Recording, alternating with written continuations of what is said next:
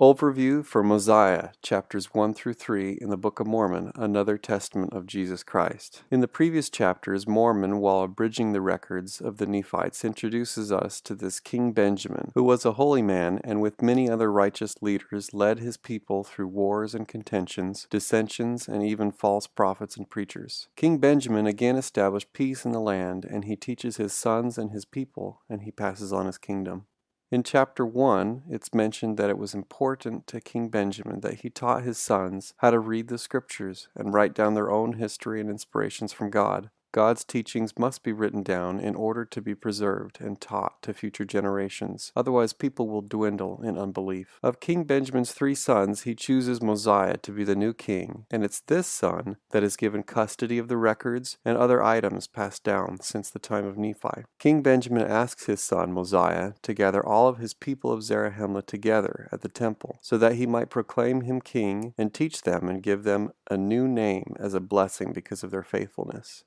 In chapter 2, King Benjamin speaks to his people atop a large tower that was built near the temple as they all gather together in tents round about. He entreats them to open their ears, hearts, and minds that they may learn the mysteries of God. He mentions how he tried to be a good king, reigning in fairness and serving his people and not supporting himself with the labors of others. He encourages his people to serve their heavenly king, and that when we serve one another, we are actually serving him. As much as we serve God, we will always be indebted to him for all he has given us. If we keep the commandments of God, we will prosper, be delivered from our enemies, and be happy. But those who rebel, obey the evil spirit, and don't repent, will shrink from the presence of God. They will suffer, and they won't progress spiritually.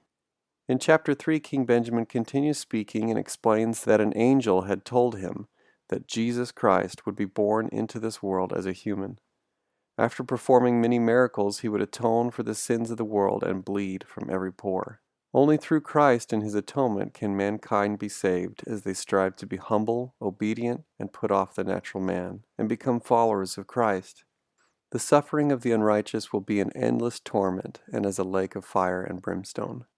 Throughout these chapters, King Benjamin is being introduced to us not as an oppressive tyrant, ruler, but more as a father or friend, imparting his last words to his beloved children and grandchildren. Common themes include his teachings that only through Christ can mankind be saved, and we must be humble as a child and put off the natural man. Those who rebel and never repent will shrink from God's presence and be miserable, while those who follow Christ will prosper and be happy and will eventually return to the presence of God in a state of never-ending happiness.